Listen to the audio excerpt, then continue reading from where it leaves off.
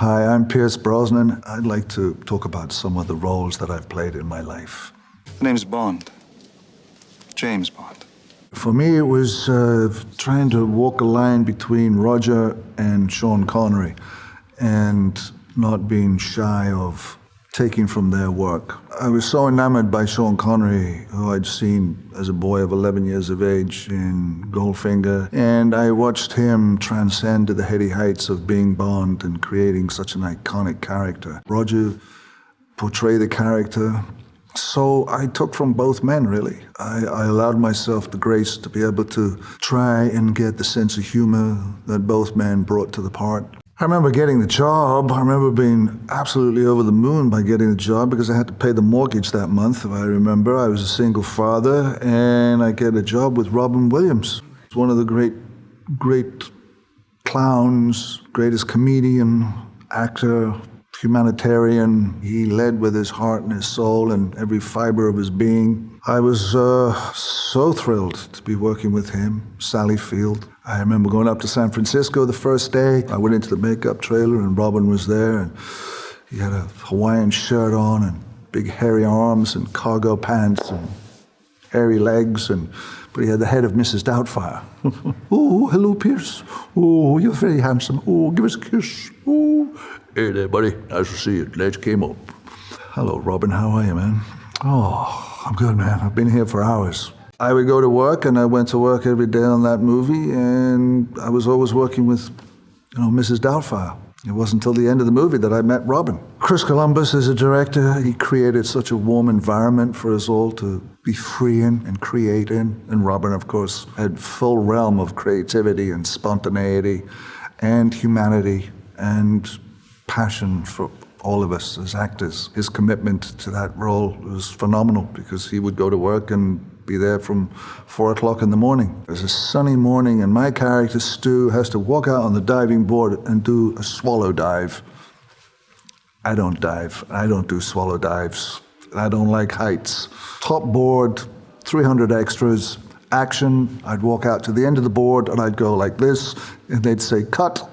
And then I had to tiptoe back. Such humiliation. But it gave everyone a laugh. So that was that morning, and then the next scene was drive-by fruiting. Drive-by fruiting, it wasn't in the script. I get the beers, I'm walking back, I'm thinking this is going to take forever to hit me on the head. First one missed, second one is history. My mum calls me up and said, Dante's Peak is on again. She lets me know back from London all the movies that they play. For me as a boy growing up in England, Sunday lunch, then you watch a movie. So for her to be telling me that I'm on TV, just as a certain sense of accomplishment, and that's what you live for. The appreciation of the work, and that you bring joy to people's lives, and you turn them on. Dante's Peak, Roger Donaldson, good friend, great director, offered me the role. I just love the title. Sometimes the title will speak to you in an instant. Had the potential to be a crowd pleaser, family film. There was no deep characterization of the man. I knew that I had a following and I had an audience now as James Bond, and I try to keep it as simple as possible within the context of the script and the emotion of the script and the relationships of the characters. I looked at film, I looked at lots of footage of these men who go into these powerfully dangerous situations with Mother Earth, and I just had a great time doing it. Fishing. I'd go fishing. We were in Coeur d'Alene. Some of these shots would take a long time to set up. So I'd get to work at 6, 7 in the morning, and sometimes I wouldn't see the camera till about 10, 11 or 12. But we'd be in beautiful circumstances with a river, so I'd go fly fishing. Then came Mamma Mia. Mamma Mia. Mamma Mia is the gift that keeps giving. It's just one of those joyful memories of life. My father had just passed away, my stepfather, and he was a Scotsman, Bill Carmichael. And I said, Dad has to have the piper. We have to get the bagpipes. And as we're having this conversation and having a little whiskey, it's just the undertaker, my mother and I, the phone rings and it's CAA, my agents. They said, you got a job. I said, really? Oh, Meryl Streep. I went, You're kidding. And they said, look, you're going to be in London. We'd like you to go see the production. We were watching the production, and my daughter, she said, Daddy, who are you playing? I said, I don't know. I forgot to ask. I'm one of the dads. The gay dad came on. I could play him. The butch dad came on. I could play him. And then Sam Carmichael came on, the handsome dad, and I could play him too. And then in the scene, he says, you've still got my bagpipes. And his name is Carmichael. So there you go. Whatever that story means, there was some beauty to it. It was terrifying having to do these songs, and SOS is such a warhorse of a song. I think what gave me the greatest comfort on the day of recording the songs up at Air Studios was to see Stellan and Colin looking like, rabbits caught in the headlights. They were terrified. We were all terrified having to sing. We go into the studio. It's 10 o'clock in the morning. It's Air Studios, and there's Benny and Bjorn sitting at the piano. All right, boys, let's go. Straight into the songs. Once we got that out of the way, the rest was just becoming a company. Phyllida Lloyd, who directed Mamma Mia, comes from the theater, comes from opera. So she created a company. We went down to Pinewood Studios for about 4 or 5 weeks, and we rehearsed. And in doing so, you're in a big studio space, and you have to get out and dance and remember the moves, and you make an ass of yourself. And there was Meryl with us all doing it and trying to remember the dialogue or the steps. So that gave us a great confidence. So when it became time to film it, everyone was very secure. Well, the movie Evelyn I made with my late producing partner, Beau Marie St. Clair, and we created a company called Irish Dreamtime, and in the space of 10 years, we made 10 movies. Evelyn is one of those films. Paul Pender wrote the script based on the true events of Desmond Doyle. The wife leaves him one Christmas morning, and he's left with children. And as was the wont in those days, the church and the state had full manipulation and control over the dominion of society. And they took the children away from him because he was a single parent. He fought to get his children back. So much of the work as an actor and the preparation of the work as an actor is so interior. It's you sitting in your living room, in your bathroom, walking the streets, living, and if the story connects to your heart and the writing sustains your imagination, that interior mechanism of imagination and trying to create a look can sometimes have some alchemy to it. For me, it was the singing these pub songs. I didn't have to be a great singer, but he is a singer with passion. Stephen Ray, Aidan Quinn, Juliana Margulies. The whole dynamic of the story was quite powerful for its time, that this man should win against the church and the state to bring back his children from the claws and the maw of church and state. That dynamic was there in its own kind of reality, and it's a film that I cherish. It's a film that I have a deep kind of fondness for, and it has a beauty to it. It is one that kind of will live on the shelf as a story for one hopes, many generations. I loved Steve McQueen.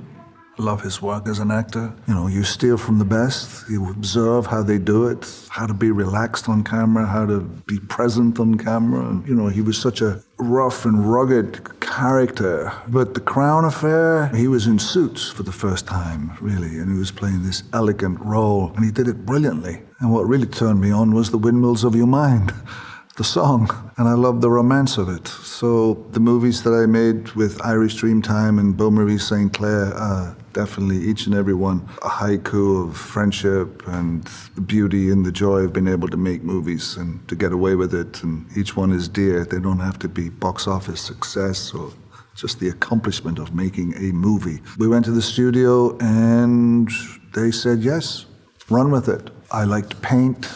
I didn't want to steal money. I didn't want to steal diamonds. I wanted to steal a painting, and I wanted to hit the Met. We set sail with this, and we had a great script. Then it was the director, John McTiernan. John and I had made his first film out of the AFI, a film called Nomads. Leslie Ann Down and myself, which is a little thriller. John went off to be a mega director, and I carried on being an actor. John McTiernan sent us down to a dance studio in Times Square. We went down, twice a week We learned every different dance you could possibly learn and really learned them. And then the day we came to shoot that scene, she was really nervous. I was nervous. I was like, oh my God, here we go. She said, let's just go through the moves. Let's go through the moves. And we found ourselves in some cupboard or some cubbyhole going, dum, dum, dum, dum, dum, dum, dum. And she said, have you seen the dress I have to wear? She said, it fits into this matchbook. I said, don't worry, you're going to be great. Don't worry. It's going to be fine. And then we went for the take, and we went out there, and she was in this dress, this kind of gossamer, featherweight, beautiful dress. And like 300 extras, cameras coming in. And John said, just make it up. Okay. The lights came on, and that's what you see in the movie we just played. Mr. Roman Polanski said, no, it's not about Tony Blair, but all roads led to Tony Blair. So I watched Tony Blair. I looked at his interviews and his performances as the Prime Minister, and it was so well written. The book had a great muscularity to it of storytelling. Roman Polanski, one of the great directors of cinema. I based it on Tony Blair. He was an actor. He was a great actor, a great performer. He had great speech writers. My particular character in the movie, that is. But he was fractured, weak, insecure, fraud, really had done not very good things by his standards and practice of being a prime minister. It's a massive character. It's never been portrayed on film before. It's 40 years old. In the making, Jama, the director, allowed us to have those quiet moments. Aldous Hodge, who plays Hawkman, and I are friends through many incarnations of life. So it's about friendship, it's about love and respect for another man in a situation, and you have the power. Dr. Fate has the helmet of Nabu, which is a curse and a blessing, because he is shackled to the power of the helmet. It's an addiction, it's a curse. It all sounds a lot of frou-frou when you talk about it like that, but it's stuff that you have to lend your heart to. If you go into the mythology of it, whether it be Dr. Fate or James Bond, I'm not very good at articulating the inner dialogue that one has. Otherwise, people think you're crazy. But if it's really well written, you follow the score. You bring your own life to it. You bring your own heart, your own feelings, your own emotions. Yeah, just big characters, big heroic characters. But, if you have the courage to keep it as simple as you possibly can and listen and play it for all it's worth, and you have a good director who can guide you, then you can come up with something that's really meaningful and powerful.